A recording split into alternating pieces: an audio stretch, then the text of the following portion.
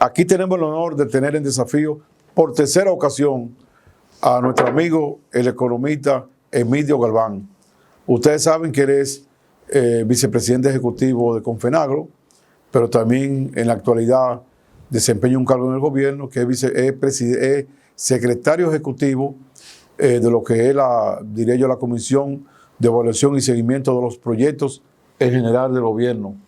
Lo hemos traído primero porque es un hombre gran analista de los problemas diversos, sobre todo agropecuarios del campo, y al cumplir 100 años de gobierno, bueno que hablemos un poco de cómo él ve la situación y qué tenemos como futuro ya desde el punto de vista del gobierno. Buenas noches, amigo Emilio. Hermano, muchas gracias. Debo decir que es la primera vez ya en el gobierno. Las anteriores fue... Y con este C que está aquí es la primera vez también. También, porque lo está bien. En otros lugares. Hicimos uno en el Senado, hicimos uno en Telemicro. Exactamente. Y hicimos otro aquí. No, hicimos dos en Telemicro. Dos en Telemicro, así dos. Esta es la cuarta vez. Es la cuarta, pero primera vez como empleado del público. Okay. Y me siento honrado de estar aquí contigo, como siempre, apoyándote en el programa y en seguimiento a las evaluaciones que tú haces de la parte agropecuaria. Ahora, parte de Confenagro, que por cierto tenemos asamblea. ¿Tienen asamblea? Sí, tenemos asamblea, la gran asamblea de Confenagro, jueves 26. Asamblea nacional, diría yo. Asamblea nacional, sí, asamblea general ordinaria. Sí, ese es un anual que hacen ustedes. Sí, cada 2 años. Un evento, y ahí se eligen directivos y cosas. Exacto, se eligen todos los directivos, se renueva la Bueno, yo estoy en un grupo como asesor. No, que tú claro, como presidente del Frente Agropecuario del PLD, uno de los partidos más importantes, nosotros hemos decidido que sea parte de los asesores, que por cierto tú debes... yo voy a tratar de ir. Ya eso es ex oficio. Tú sabes que yo siempre he tenido aprecio a los esfuerzos que ustedes hacen y pienso que es un trabajo importante para el país, para los agricultores y para nuestras zonas rurales. De manera que ustedes siempre han contado, de parte mía, con mi admiración y en lo que esté disponible, siempre estoy disponible. Cuando presenté el proyecto de ley, uno de los sitios primeros que yo fui y lo presenté, ese proyecto fue a ustedes. Sí.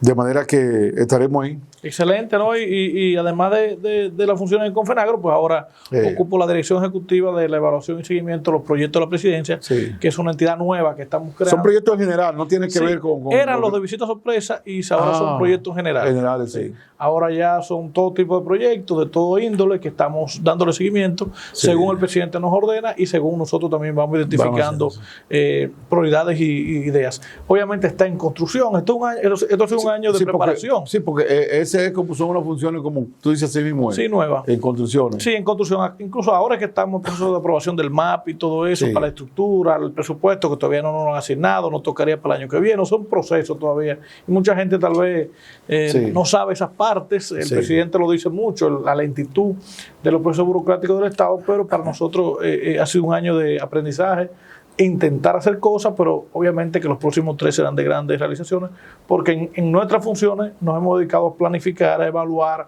a organizar y a gestionar para tener ya una estructura, una plataforma realmente sólida que nos permita hacer grandes intervenciones ya una vez tengamos ya el presupuesto y tengamos la estructura definida. O sea que vamos a arrancar con mucha fuerza en ese sentido, esperando obviamente las decisiones de materia de presupuestaria para poder, primero los proyectos anteriores. Tú conoces muchísimos de ellos, algunos son en la provincia de Elías Piña, todos esos proyectos que hubieron de visita sorpresa, nosotros los visitamos todos. Fueron 2.000, para que tú sepas, 2.466 iniciativas. Una parte de ellas eran obras. Nosotros lamentablemente no hemos tenido el tiempo de evaluar esas obras porque hay 1.400 que son temas productivos. 1.400 que son temas productivos, entonces esas son en lo que nos hemos concentrado, porque nuestro ámbito de trabajo es fundamentalmente el tema productivo, la generación de empleo, la riqueza, la parte agropecuaria, también hay algo de artesanía, hay algo de turismo, hay 49 instituciones vinculadas a la visita sorpresa, los proyectos anteriores, que nosotros hemos tenido que darle seguimiento y darle calor, evaluarlo, lo hemos tenido que visitar unos a unos y entonces, en la medida de la posibilidad de comenzar a resolver los problemas que nos dejaron, que es bueno que tú sepas, que en la evaluación nosotros descubrimos que el 80% estaban en problemas. El 80%, entonces el 20% que está más o menos funcionando, apoyarlo para que siga funcionando, y el 80% restante, pues entonces ver qué porcentaje se puede reformular y qué porcentaje se puede continuar. Hay una parte, obviamente, que es cerca de un 20% que no se puede, de ese 80%, ¿verdad? Que no se va a poder rescatar porque no se hizo nada. O sea, son acciones que se anunciaron, se emitió presupuesto, pero se perdieron. Mucho fue por falta de planificación. Lamentablemente hubo mucha falta de planificación, no hubo estudios. Yo sé que hacer estudios y trabajar en la parte como tu libro, las estadísticas y la planificación cuesta mucho, y esa parte lamentablemente no se agotó. Sí se metió dinero, pero entonces no había estudios previos que determinaran que esos cultivos, esos productos fueran rentables. Entonces la gente comenzó a sembrarlos. Los proyectos se hacían de cosas que la gente no quería, y cuando resultaba, por ejemplo, un caso que ahora tengo yo en la cabeza, que es el mango de Pedernales. Sí. Excelente, tú sabes, el cultivo de mango en República Dominicana. Nosotros tenemos uno de los mejores mangos del mundo, pero todavía es bueno que la gente sepa que no hemos hecho los grandes esfuerzos para crear los mercados del mango dominicano. Tenemos mango, la calidad es excelente, pero la preparación del mercado y del producto para el mercado, que es lo que nosotros tenemos que aprender, que sí lo logramos en banano y en cacao, que es donde somos exitosos, y en caña, porque ya tenemos 200 años, ¿verdad? Pero hay unos productos en que todavía estamos aprendiendo, los productores todavía no se han preparado para crear la cultura, la estructura productiva que les permita garantizar los mercados. Entonces nos pasó con el mango, que es uno de los mejores del mundo, pero tenemos que prepararlo para el mercado que nosotros queremos, incluyendo, por ejemplo, el tamaño. Nosotros los dominicanos nos gustan, ¿cómo nos gustan los mangos? ¿Tú qué sabes de mango? No, pues yo soy muy tradicional, me gusta el yamagui. ¿De qué tamaño te gusta el mango? A mí no me gusta muy grande. A ti no te gusta muy grande, pero a los dominicanos les gusta grande. Sí. Pero mientras más grande, peor. En Europa no se puede comer un mango grande. Igual que el aguacate, que es pequeño, ese que se vende. Exactamente. Suerte que la diferencia entre aguacate y mango es que nosotros comemos tanto aguacate que en el mercado internacional es importante. Exportamos $30 millones, pero si no se va al mercado internacional no lo comemos aquí. En el mango no sucede igual. El mango es un postre que lamentablemente no lo comemos a veces, pero el aguacate lo comemos todos los días en la comida. Si hay mucho mango, corremos riesgo de perderlo. Sí, no, estamos perdiendo mango. No solo por lo que te expliqué del tema, o sea, por muchísimas razones. Por ejemplo, el tamaño es una de las razones por las cuales se pierden los mangos. ¿Por qué? Porque los europeos, por el precio, no consumen el mango muy grande porque le cuesta mucho. Porque de aquí a que llega a Europa aumenta mucho el precio. Aquí no vale nada, pero cuando llega a Europa vale mucho. Esto también pasa con el color. Los europeos les gusta el mango rojo y nosotros tenemos mucho mango amarillo. Aunque también tenemos, gracias a Dios, mango rojo, pero no tenemos suficiente o no lo tenemos todo en rojo. Y también hay toda una serie de características organolépticas de las podas. Hay que crear toda una cultura. Y estoy hablando un chin de mango para revolver al tema de la visita sorpresa. Se hizo un proyecto obligado a los productores de Pedernales, gente que nunca había sembrado mango, que se acostumbraban a sembrar plátano, y los pusieron a sembrar mango. Está en Los Olivares, ahí en la entrada de Pedernales. Sí. Le financiaron y el proyecto está funcionando, incluso está ya cosechando el mango. Pero ¿qué pasa? Que hay todo un tema de cultura productiva para garantizar su mercado. Hoy ese mango, lamentablemente, gracias a Dios, la primera cosecha, digo gracias a Dios porque todavía no se ha perdido la segunda, y no la vamos a dejar perder, pero esta primera prácticamente se va a perder porque no hay cómo exportar esa cantidad de mango, y además no hubo el seguimiento en materia sanitaria. Tú sabes que hay un tema de mosca, que los mangos, las moscas tradicionales de la mosca de la fruta son, no la mosca esa famosa mosca met, sino la mosca tradicional que hay en el país, hospeda, no la del Mediterráneo, sino la mosca que existe aquí, hospeda sus larvas en los mangos. Entonces los europeos no aceptan, si encuentran larvas o los famosos gusanitos, en algunos, hacen los rastreos, en algunos pues no aceptan el mango dominicano, o ese tipo de mango, o ese mango, esa finca en específica. Entonces tenemos problemas sanitarios que por falta de seguimiento y problemas de asistencia técnica que tenemos que darle. ¿Hacia dónde tenemos que conducir eso? Bueno, primero hacia la cultura del productor, que es lenta, enseñar al productor para exportación, y segundo, también la industrialización, porque ese mango, no importa el tamaño, ahí sí puede ir a agroindustria para hacer pulpa, para ser deshidratado, pero todavía no tenemos tampoco tanta estructura en materia de agroindustria en el país. Ese es uno de los grandes también defectos que hubo en esa gestión anterior, que no se priorizó la agroindustria. Concomitantemente, debió ser mitad-mitad. Mitad producción y mitad industria. Yo te sugiero que porque la industria es la clave de sacar el producto. ¿En qué quedó el López Cabrera? Sí. Cuando Hipólito. Sí. Hipólito hizo 4 grandes empresas. En Loma hay mucho mango, pero mango silvestre. Él hizo fue como una de conserva en general, que incluía mango y otras frutas. Ahí fue que hicieron los ganduleros de San Juan. Estoy hablando yo del 81 por ahí. Bueno, eso fue... o sea, averigua a ver en López Cabrera, porque eso que tú dices es muy importante y es que nosotros, si logramos industrializar nuestra producción, sobre todo de rubro como el mango, sí, se le va a poner valor agregado, pero además se va a conservar. Vamos a perder menos. Mango y piña y banano, sí, son cultivos que están creciendo. El mismo aguacate también, aunque el aguacate no tiene problema de mercado todavía. Incluso el limón, que lamentablemente ya se está excediendo el mercado dominicano y el haitiano incluso. Es bueno que tú sepas que el limón ha bajado de precio. Ya tenemos que pensar en industria y incluso en mejorar cultura para exportación. O sea, no solo, tiene que ser las dos vías. Sí. Mejorar la exportación, por ejemplo, en el caso del limón, que se exporta poco, y promover la agroindustrialización, ya sea de frutas, pero para eso, y ahí me gustaría hacer una propuesta, sí, tiene que crearse una institución que trabaje con las frutas en el país. Nosotros, los dominicanos, tenemos que comenzar a mirar aquellos rubros donde nosotros somos bien competitivos y tenemos mucho potencial. El caso de las frutas en general. Sí. Frutas y vegetales. Nosotros somos altamente competitivos por nuestro clima. Sí. Entonces, como tenemos esa buena competitividad, tenemos que crear las estructuras del Estado. Lamentablemente se ha desarrollado sin apoyo público. No, que Agricultura tuvo eso en aquellos años, repito, tuvo un departamento de frutales. Lo tiene. No, de nombre y de cositas. Y mandó la matica. El tema es que no tiene presupuesto. Y mandó la matica, pero como tú dices, si lo hacemos en grande ya para industrializar nuestra producción. Ese departamento nosotros entendemos que debe convertirse en un consejo de frutales o en un instituto de los frutales. Porque nosotros tenemos demasiado potencial en frutales como para dejar eso en el aire. Como para dejar de eso un poco encubierto. Entonces tenemos muchos otros cultivos que tenemos institutos, pero que somos menos Mira, una naranja agria cuesta aquí 10, 12, 15 pesos. Sí. Y tú vas a Juan Santiago, allá en Elías Piña, y están a 50 centavos. Sí. Un cultivo importante, la naranja agria tiene mucho mercado internacional. Pero hay que crear una cultura de que preparemos al productor para exportar, preparemos la logística para exportar y le demos todo el apoyo en la cadena productiva. Es un proceso que tenemos que desarrollar. Todo eso está dentro de la Estrategia Nacional de Desarrollo Agropecuario, que como tú sabes, nosotros como Confenagro la planteamos en el año 2020, que fue la gran estrategia para los 2020, 2030. Estamos comenzando. Este es un año que prácticamente no se puede contar. Tú sabes que este año ha sido el año de la pandemia. Nos hemos enfocado fundamentalmente en salud. La mayoría de la gente lo que ha querido es sobrevivir. Todo lo que el Estado se ha concentrado en apagar los fuegos y no ha tenido la posibilidad de abrirse. Pero ya con la desescalada, la apertura económica que estamos viviendo, la vacunación, yo creo que ya es hora de poder avanzar. Tanto en Confenagro, como tú puedes ver que nosotros no teníamos actividades, ahora que vamos a tener la gran asamblea, estábamos prácticamente cerrados porque tú no podías reunir gente. Estaba prohibido.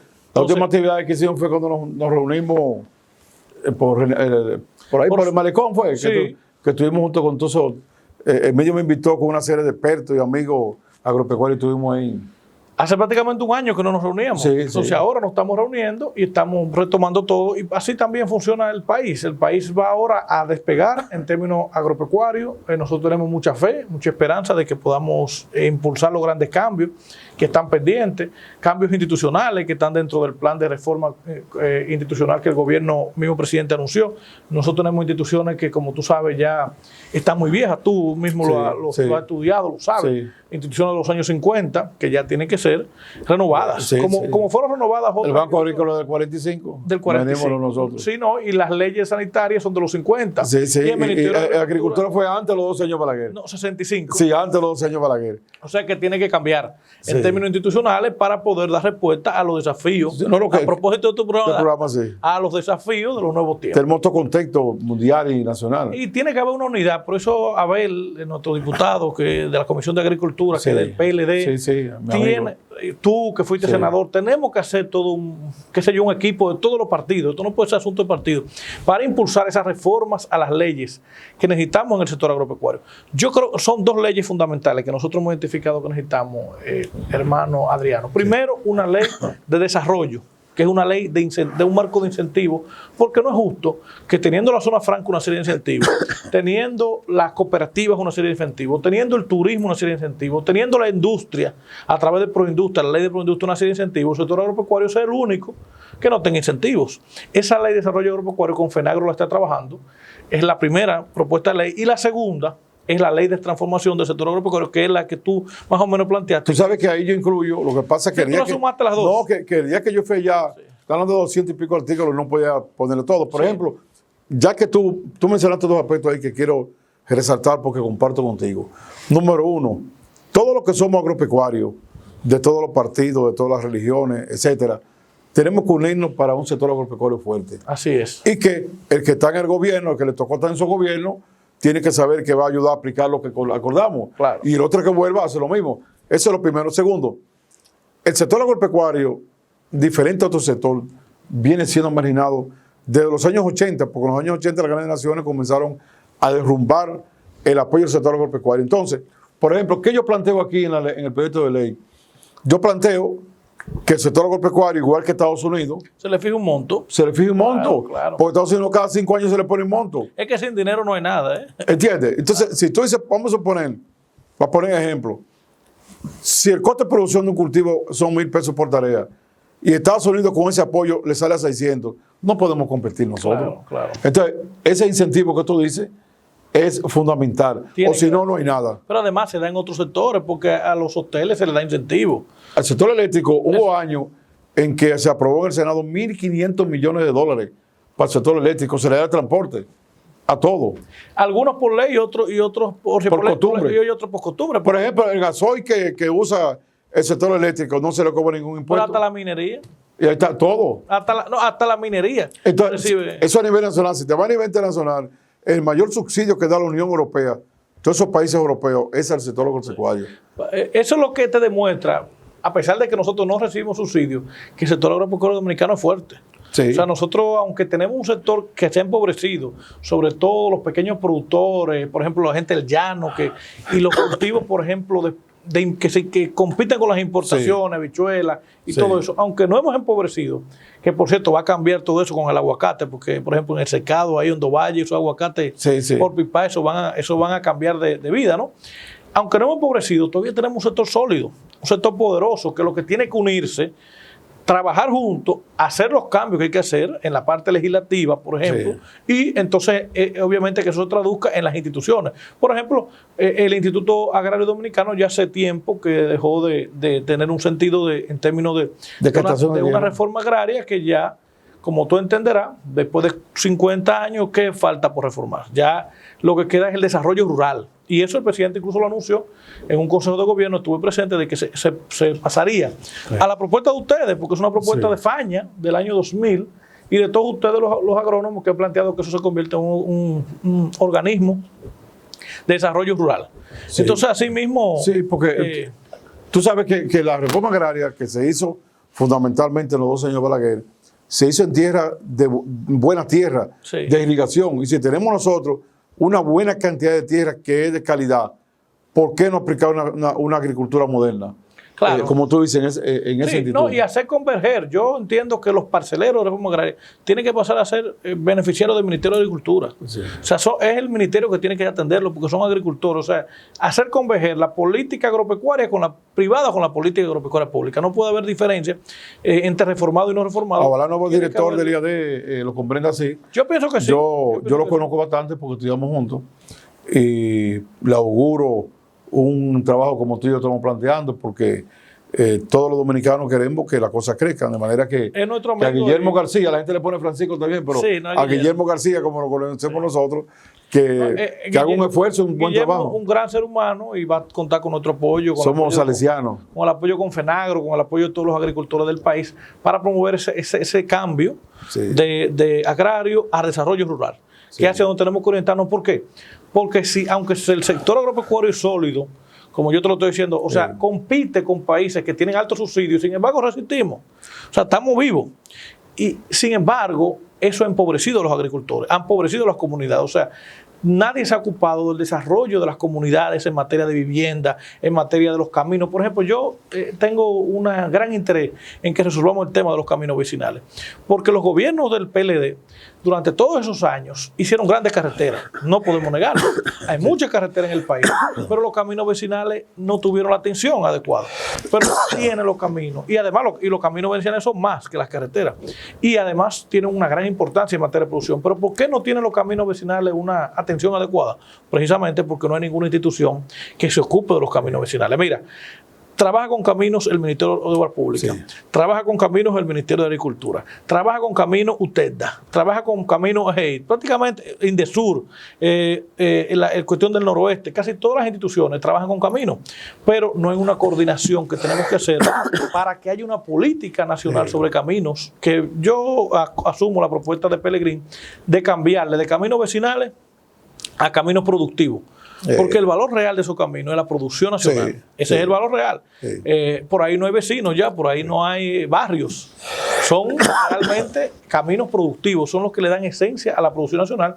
Y ese es uno de los cambios que vamos a implementar junto con otros cambios que estamos... No, y la gente no se da cuenta, Emilio, de que un camino de eso no solamente va a contribuir con el agricultor, es que hay una pérdida por cosecha grandísima. Claro, claro. Hay un engaño de intermediarios a los agricultores. O sea, son muchos aspectos. Yo digo que, por ejemplo, si uno quiere, en vez de hacer 1000 kilómetros de camino, vamos a hacer 300 y vamos a ser entalviados. Y ya tenemos esos 300 por 10 años. Yo pienso que sí, que hay que pasar a otra fase en materia de camino, sí. Porque que los caminos son demasiado importantes. Sí. Es como tú dices, es la vida productiva de la ruralidad del país, el control del país. Agricultura tuvo, además por el tema de la seguridad. Hasta los años 80, Agricultura tenía un buen departamento de camino y también Obras Públicas tenía caminos vecinales, pero de allá para acá, como tú dices, el Estado, no agricultura, sino el Estado se ha hecho urbano, sí, prácticamente. Exacto, se ha urbanizado. Y por eso hay que hacer un trabajo fuerte sobre caminos. Hay dos temas que dejan demasiado beneficio en el país: los caminos y las presas. Sí. Gracias a Dios, nuestro presidente, como tú sabes, anunció la terminación de Monte Grande, que tiene desde 2009, y el avance a Ámina, Guayubín y una serie de presas. Esos temas vamos a darlo en el otro segmento, Emilio. Con tu permiso, vamos a una pausa para continuar aquí conversando con el director ejecutivo de evaluación y seguimiento de proyectos del gobierno.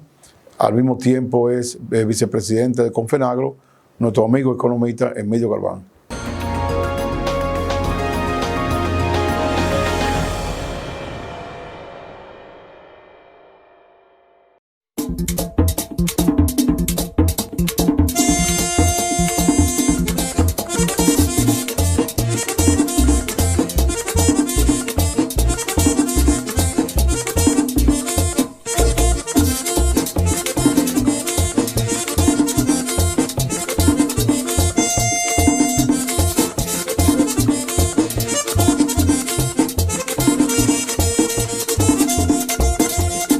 Continuamos aquí en Desafío conversando con el buen amigo, economista, un hombre dedicado a nuestro campo, a nuestro desarrollo agropecuario de diferentes ámbitos. Primero, logró escalar dentro de los productores como vicepresidente de Confenagro y ahora ocupa una función importantísima que es la del secretario ejecutivo de la evaluación y seguimiento de los proyectos del gobierno. Estamos hablando nosotros del licenciado Emilio Galván. Yo decía, Emilio, cuando te nombraron, sí, una persona me dijo, ¿y ese cargo? La gente no se da cuenta de algo que sí nosotros lo vimos en el Senado. Los gobiernos, todos los gobiernos, hacen las obras y las dejan abandonadas. De hecho, hubo un proyecto de ley que elaboramos Félix Bautista y yo, y era para crear un organismo de mantenimiento de las obras del Estado. Tú te das cuenta que se hace una obra de 50 millones de dólares, de 40, sí, igual que se ponen proyectos, y después que el gobierno lo hace muy bonito y lo entrega muy bonito, pero nadie más se encarga de evaluarlo. Evaluarlo. Eso pasó mucho. Y seguimiento. Es decir, y te estoy diciendo yo que tengo 43 años en el Estado ya. ¿Qué ha pasado? Tú te encuentras obras importantísimas. No, yo lo que tú mencionaste al principio, yo no la conozco, tú ves. Bueno, entonces. ¿Sabrá Dios dónde están? Bueno, cuando Hipólito le hizo 4 proyectos agroindustriales, yo ni me recuerdo, yo sí recuerdo la de agroindustria, allá en Loma Cabrera, la de Guandulera de San Juan, y después se quedó así. Entonces, esa función tuya son sumamente importantes. ¿Para qué? para evaluar los proyectos que se han hecho y los que se vengan a hacer, y al mismo tiempo que se le dé el seguimiento del lugar. Así que se llama evaluación y seguimiento. Quiero aprovechar, Emilio, que como tú eres economista y eres un hombre dedicado al análisis, al estudio, para entregarte aquí el libro, que no voy a tener la oportunidad de entregártelo.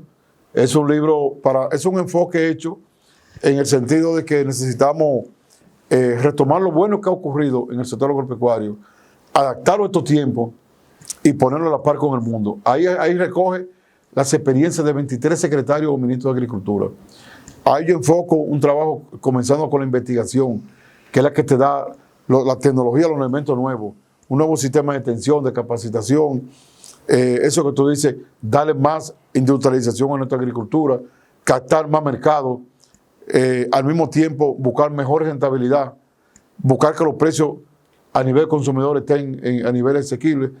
Estamos hablando nosotros que entre cuadro y gráfico tenemos más de 100, porque recogimos estadísticas, que el sector agropecuario adolece de estadísticas para que hagamos análisis. Eso está hecho lo más objetivamente posible, es decir, ahí se analizan todas las etapas sin atender a condiciones políticas. Incluso, por eso Hipólito Mejía le hace el prólogo al libro. Ese es un libro objetivo, de manera que... No, yo te lo agradezco y lo voy a leer con mucho gusto. Muy importante para mí. Sí. Todo el tema de la agricultura es siempre el tema que uno ya ha trabajado, que uno le apasiona, sí. ¿no? Sí. Y que quiere ayudar a que esto avance, ¿no? Así que ahí veo a Hipólito en el Banco Agrícola. Sí, Hipólito. Una conferencia que yo le invité, cuando se celebró los 50 años del banco, Hipólito era un hombre ñoño en su tiempo, que no existía en ningún sitio. Ajá. Pero a mí me complació de una conferencia en Santiago. ¿Y por qué no existía? No, porque después que dejó la institución de agricultura, como que no quiso ir a ningún sitio. Hay gente que comienzan a pasillar. A mí tampoco me gusta ir. Yo en eso soy igual que él. Si salí de un lugar, salí. Pero a mí me complació y fue a dar. Aquí lo veo con un sombrero al lado de su presidente. Esa foto la tiré yo. ¿Tú sabes dónde fue esa foto? Antonio Guzmán. Inaugurando el D1 ganadero en el 81. ¿Y quién es Era blanco y negro, Antonio Guzmán. ¿Pero quién es este que está al lado con los buzos? Bueno, pues eso, en esa época estaba el hijo que estaba Marcelino Vargas. Bueno, ahí estaba. El hijo está atrás y Marcelino. El hijo, y déjame decirte, ahí está también el embajador de Canadá y de Israel que apoyaron ese proyecto. Estamos hablando de un proyecto que ha servido para desarrollar el sur y ASO y el sector ganadero. No, ASO ha cambiado. La inauguración del D1 ganadero. O sea, el D1 con todo. Con todo el sistema entero que se hizo. Pero todos los proyectos agrícolas alrededor también. Alrededor que se hizo. Sí, porque era mucho. Eso fue con dinero dominicano, del Canadá, de Israel. Me tocó, yo conozco bien ese proyecto porque me tocó ser asesor de Copesur, que es la cooperativa que heredó la planta de leche. Okay. Esa planta de leche que ustedes inauguraron ese día. Y cuando yo fui director del FEDA, me tocaba apoyarlo económicamente, la producción de queso. Esa planta de leche que ustedes inauguraron, esa planta de leche se rescató por la cooperativa, tuvo problemas. Y hoy está funcionando, está dando leche desayuno escolar. Incluso hasta UHT tiene. Claro, el gobierno ha hecho una gran inversión en esa cooperativa y los productores, eso es una parte de lo que nosotros tenemos que lograr.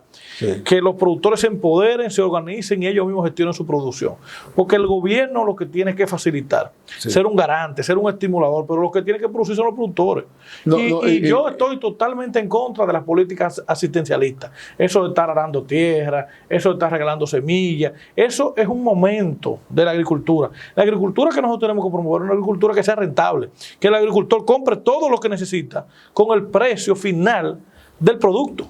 Porque si el producto es rentable, tú no tienes que regalarle nada al productor, tú lo que tienes que darle aquellas cosas que el Estado tiene que darle, que sanidad, que eso obviamente es una obligación del Estado, asistencia técnica, facilitación, el tema de riego, que obviamente es un tema público, pero ya la asistencia eso es una época, ¿tú entiendes? Cuando había pequeños parceleros que eran campesinos sin tierra, se asentaron, obviamente que no tenían el capital para arrancar. Pero en el siglo XXI, el agricultor, el ganadero, tiene que ser capaz de vender lo que produce y vivir de él, de ese producto. O sea, que no necesita ni semilla, ni preparación de tierra. Eso lo tiene que pagar con el precio y la rentabilidad que tenga. Entonces, el papel fundamental del Ministerio de Agricultura tiene que ser garantizar la rentabilidad del productor. Obviamente cuidando el tema de los precios, que en momentos como este es muy difícil por el tema de los insumos, la pandemia cerró el país, cerró el mundo y por lo tanto eso provoca que haya un ajuste de precios. Nosotros como economistas sabemos que cuando hay una crisis los precios lamentablemente se ajustan a la alza. ¿Por qué? Porque eso como que recupera, es como una recuperación de todo lo que se perdió. Entonces los actores económicos que fijan precios, que no somos nosotros, obviamente un país pequeño y pobre, comienzan a recuperarse a través de... ¿Por qué los fletes tan altos? Los fletes mundiales, porque duraron 2 años parados, o 1 año y pico parados y ellos están recuperando. Entonces es como un ajuste natural de precios que se produce a partir de la elevación de precios. ¿Cómo te evalúa en medio Pero déjame terminar. Entonces, nosotros en un momento tan difícil como esto tenemos que cuidar obviamente mucho los precios, pero en un momento normal, que es lo que nosotros vamos a conseguir el año que viene, gracias a Dios, cuando ya todo se normalice en el mundo, no me refiero solamente a República Dominicana, es que tenemos que canalizar la política pública hacia la rentabilidad del productor. Porque si nosotros garantizamos rentabilidad al productor, un margen de ganancia justo, que no le exceda al consumidor demasiado, que no le suba el precio, ¿verdad? Porque el consumidor tiene que consumir, no precio barato, sino precio justo, porque tiene que consumir el precio en base al costo. Y asequible a los ingresos que tengan los... Exactamente. Entonces, pensar en aumentar los ingresos, como gracias a Dios nuestro presidente acaba de hacer, gracias al aumento salarial, que es muy justo, y que esperamos que eso se mantenga, que es como política del Estado, que obviamente será en términos de aumentar el ingreso y no pensar en bajar los precios, porque los precios, como tú sabes, no son rígidos a la baja en la teoría económica y la gente no los baja. Dice que lo que sube no baja. No, hay una teoría, o sea, un concepto en economía que dice que los precios son rígidos a la baja. Sí. Los actores económicos son rígidos a bajar los precios, aunque bajan a veces, bajan porque es natural, suben y bajan, pero depende mucho de la competencia. Cuando hay competencia perfecta. Y como en la mayoría de los mercados no hay competencia perfecta, entonces la ley de oferta y la demanda no se cumple a cabalidad y por lo tanto entonces son ciertamente rígidos. Y lo que hay que pensar en el caso de los consumidores es aumentar el ingreso real, que se aumenta con trabajo, con productividad, con salario justo. Por eso la meta que se ha puesto el gobierno y la línea que ha puesto el gobierno dominicano es la creación de empleo. Nosotros, si creamos empleo, si creamos riqueza en el país, si creamos trabajo digno para los dominicanos, obviamente que no se va a necesitar que le estemos dando nada, porque el dominicano tiene una gran capacidad de trabajo, es un ser bastante innovador, es un ser bastante fajador, aunque quizás hay trabajos agrícolas que son muy pesados en este momento, que quizás no son los que son muy atractivos, pero en general el dominicano es muy emprendedor. La gente a veces no lo valora, pero tú pasas por cualquier calle de un barrio del país o de cualquier sitio del país y tuvo una cantidad de negocios, tienditas de ropa, tienditas de celulares, cafetería, en fin, una cantidad de negocios, talleres electromecánicos, talleres de costura, que tú preguntas, ¿cómo la gente logró esto? Frituras. Y la misma gente sacrificándose para crear su propia fuente de vida. Entonces, nosotros tenemos un dominicano bastante emprendedor que necesita ese apoyo, como el gobierno dominicano lo está planteando y se lo está ofreciendo a través, por ejemplo, de Promipyme, a través del Ministerio de Industria y Comercio, y con ese apoyo y con esa producción que el mismo dominicano produce, como en el caso de la agricultura, entonces nosotros podemos tener rentabilidad y así cubrir todas las otras necesidades del sector. Esa es la visión que yo tengo de la agricultura.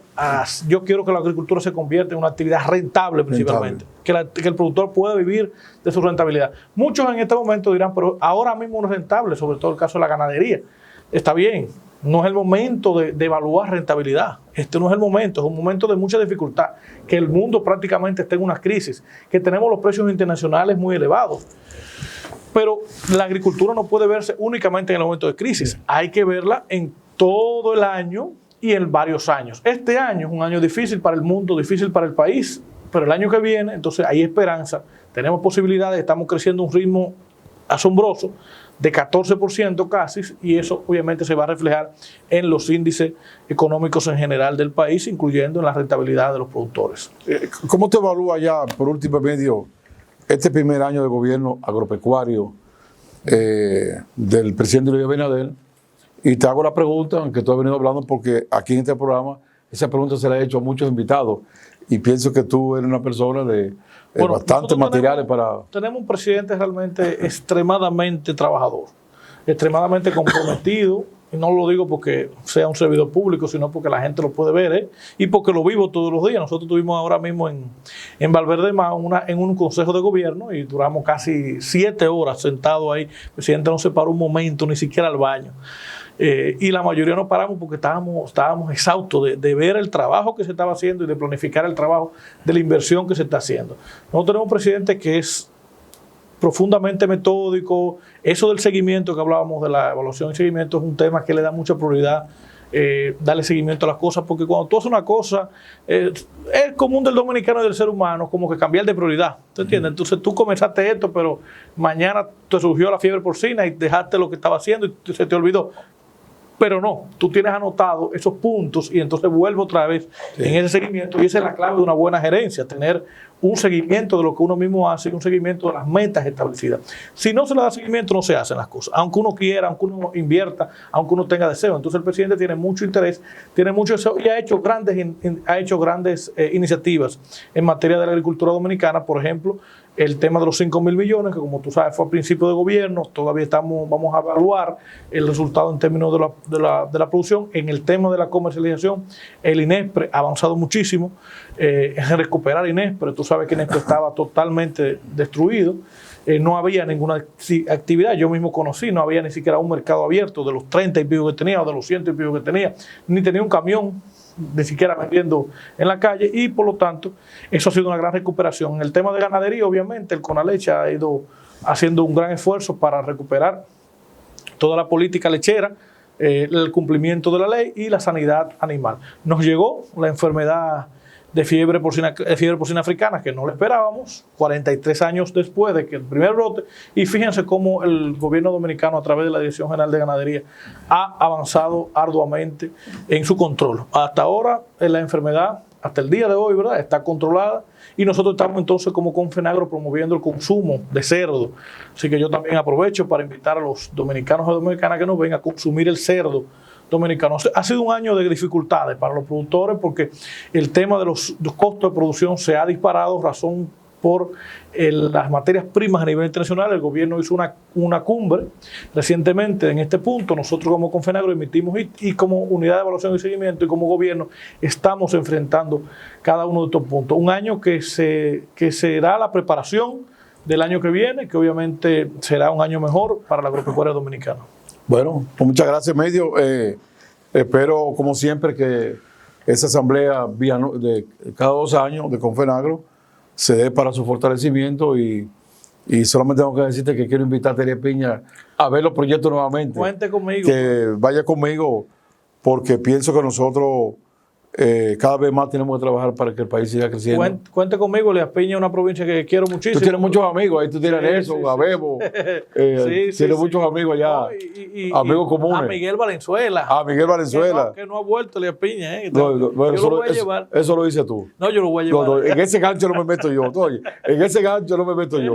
Pero tengo muchos amigos, y quiero mucho a Elías Piña, porque sé que es una provincia que tiene mucho potencial, que es una provincia que no se ha desarrollado como debería. Tenemos 1.100.000 tareas cultivables. Sí, y yo creo, y tiene agua, porque hasta llueve en la Piña. No, el río más largo de la isla no es allá, que era el Timonito. Yo creo que Elías Piña es una provincia que tenemos que trabajar con mucha fe. No puede seguir siendo la provincia más pobre del país, porque no lo justifica con tanta tierra, con tanta gente y con tan buena calidad. Vamos a hacer otro programa para que hablemos de ese tema.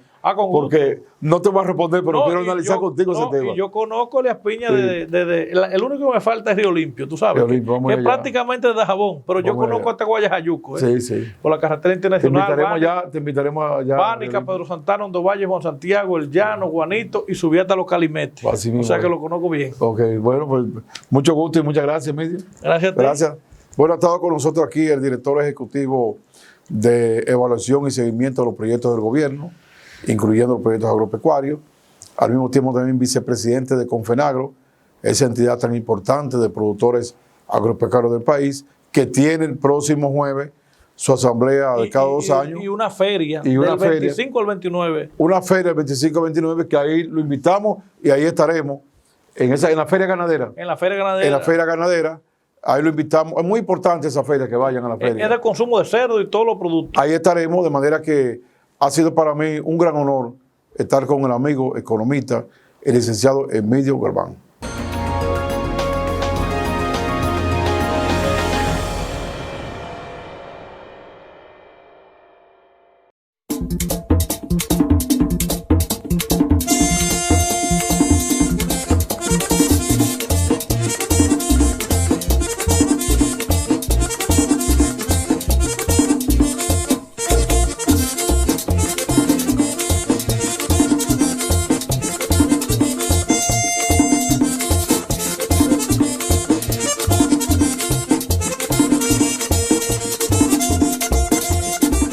Buenas noches, dominicanos. En Desafíos por Digital 15 y Telemicro Internacional, ya en su última parte, Aristipo Vidal, su servidor, con los comentarios de la actualidad. Y por supuesto comenzamos con el COVID-19. ¿Por qué? Porque es lo que ha matado a casi 4.000 dominicanos. Estamos llegando a esa cifra tenebrosa, 4.000 fallecidos, 4.000 parientes nuestros, suyos, míos, amigos o conocidos que se nos han ido para siempre. Nadie ha vuelto de la muerte. Nadie nos ha contado cómo es. El doctor Cruz Jiminián, que estuvo a punto de irse y de perderlo esta sociedad, nos cuenta que vio a Dios. Pero en el caso del doctor Cruz Jiminián fue un gran milagro, porque los propios médicos, su hijo, que también es médico, prácticamente lo dieron por perdido. Bueno, es un caso único. Pero usted y yo, que somos seres normales, que no somos ángeles, como el caso del doctor Cruz Jiminián, que somos humanos de esta tierra dominicana, tenemos que cuidarnos. Y para cuidarnos tenemos que hacer dos cosas. Número uno, vacunarnos. Y lo pongo de número uno porque es la manera de protegerse idónea para que el COVID, aunque nos dé, no nos mate, no nos lleve de encuentro. Porque está claro que no le evita 100% que no le dé. Pero si usted se vacuna las 2 veces que hay que vacunarse según la Organización Mundial de la Salud, usted se protege de la muerte. Así que vacúnese, que la vacuna además es suya. Usted la pagó, insisto, cuando paga sus impuestos cada vez que compra lo que sea. No tiene que ir a la DGI a pagar los impuestos. Cuando usted compra algo, está pagando impuestos. Cualquier cosa que compre paga impuestos, exceptuando algunas cositas, pero son muy pocas. Y la segunda manera de protegerse del COVID es usar su mascarilla cuando esté cerca de personas, cualquiera que sea, no importa que esté o no contagiada, usted no lo sabe porque nadie lo lleva en la frente. Y la distancia que tiene que tener entre una persona y otra para que no haya cercanía con la saliva que el otro expele cuando habla o con el aire contagiado, el que tiene el virus, cuando respira normalmente, sin estornudar, Así es que protejámonos del COVID, que es proteger nuestra vida y proteger la vida de los nuestros, familiares, vecinos, amigos, compañeros de labores, de cualquier tipo de asociación en la que usted esté metido. Por cierto, ¿qué va a hacer el gobierno con los 16 millones de dosis de vacunas contra el COVID comprados de más? Es una pregunta que no se respondió en el discurso del miércoles.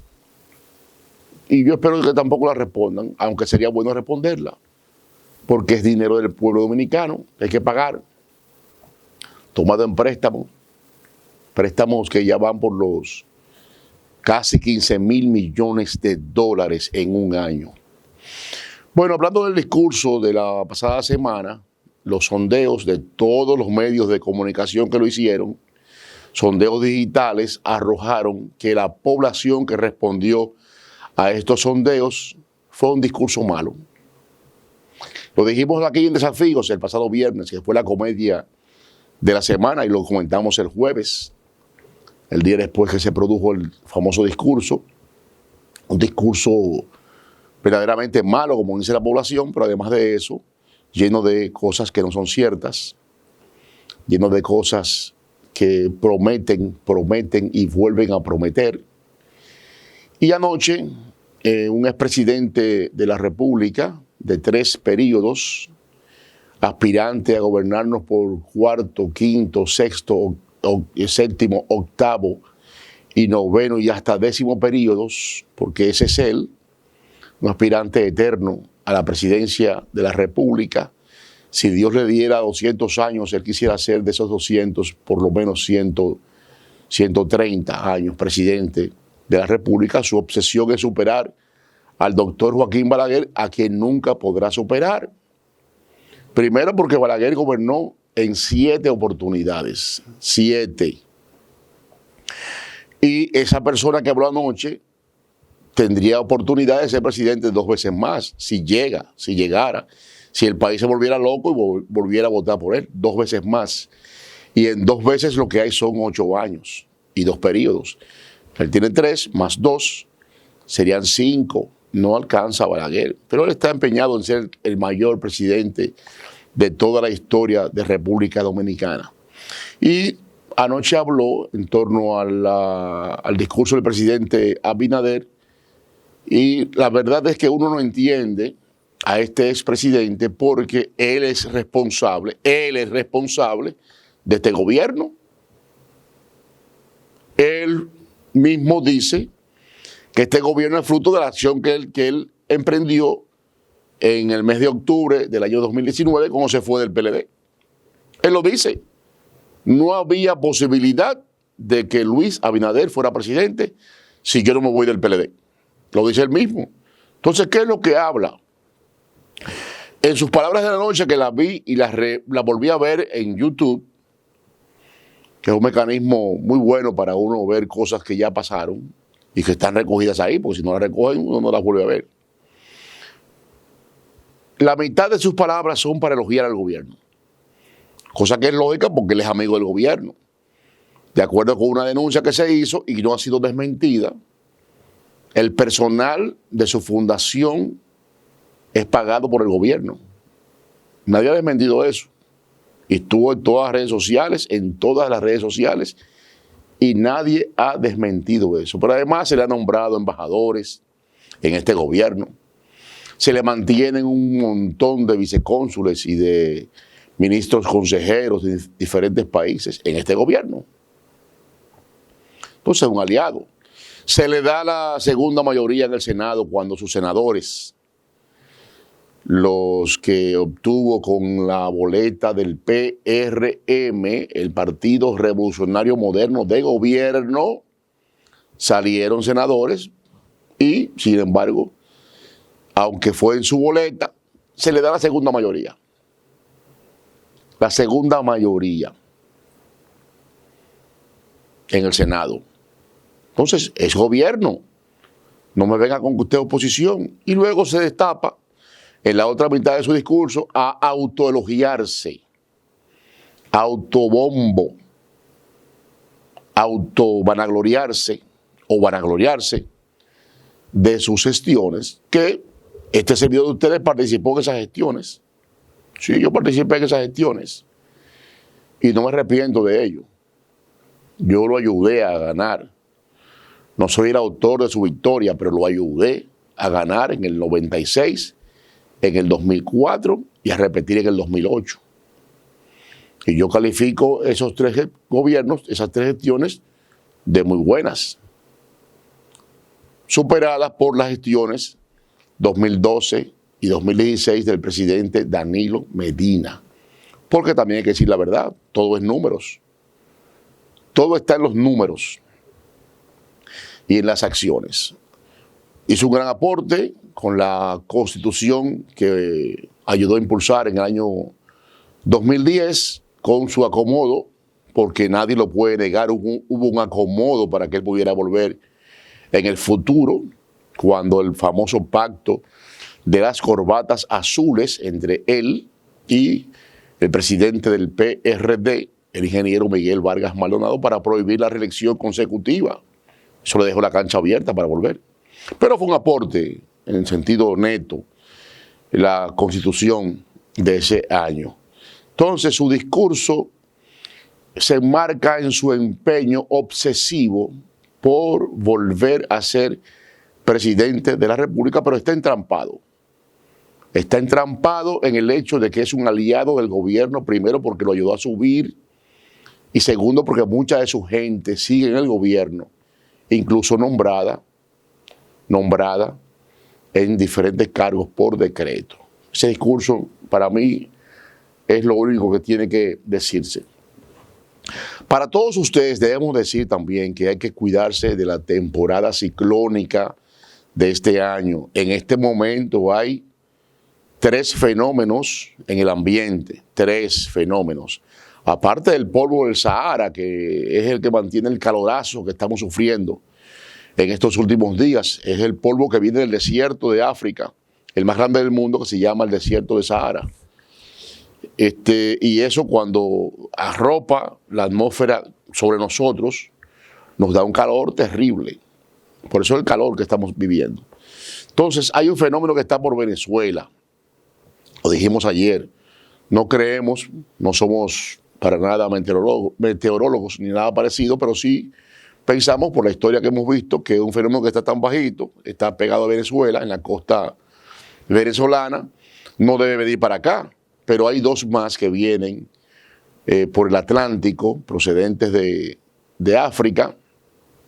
Uno nos parece que apunta hacia arriba, o sea que podría pasar por el norte de nuestra isla, y el otro viene por ahí, está todavía muy cerca de África. Pero hay tres fenómenos que ahora son disturbios, no son todavía tormentas ni nada parecido, pero manténgase atento a lo que nos orientan las autoridades. En el día de ayer, el Senado de la República le rindió un homenaje a la ex vicepresidenta de la República, actual directora de Ética Gubernamental y ex senadora también, la doctora Milagros Ortiz Bosch. Es un homenaje para mí merecido.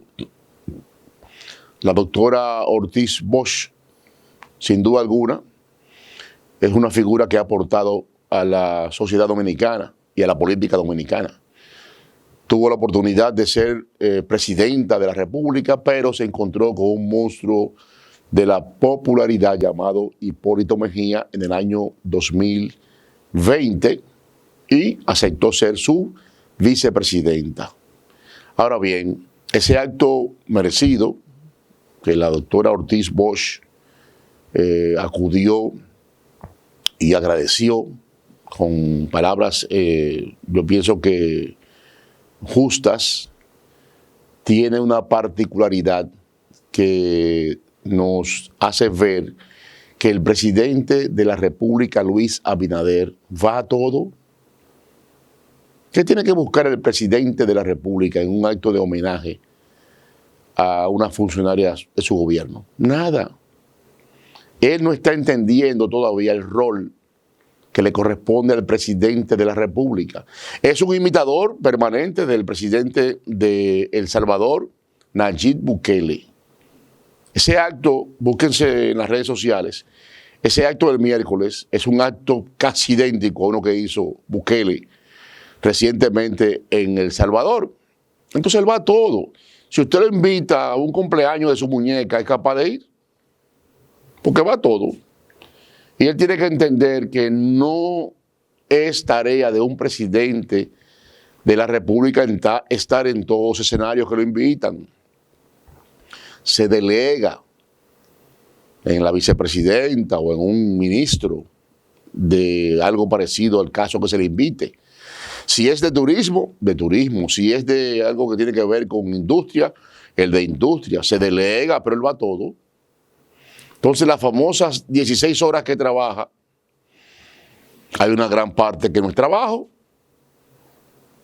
Amigas y amigos, nosotros en Desafíos vemos como muy mal el hecho de que los presos acusados de actos de corrupción, acusados, y que tienen coerción de prisión, todos de 18 meses, exceptuando el de la lotería, son prácticamente secuestrados. Yo quiero ver el caso del de la lotería, a ver si no lo pueden ver sus familiares, a ver si no lo pueden ver los abogados, a veces no lo pueden ver los abogados, que además se sienten hostilizados cuando van por las autoridades, vigilados, controlados para ver qué están hablando.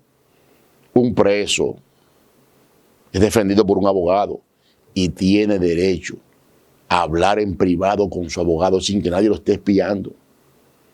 Bueno, aquí los presos perseguidos de este gobierno, exfuncionarios del PLD y de sus gobiernos, prácticamente están secuestrados.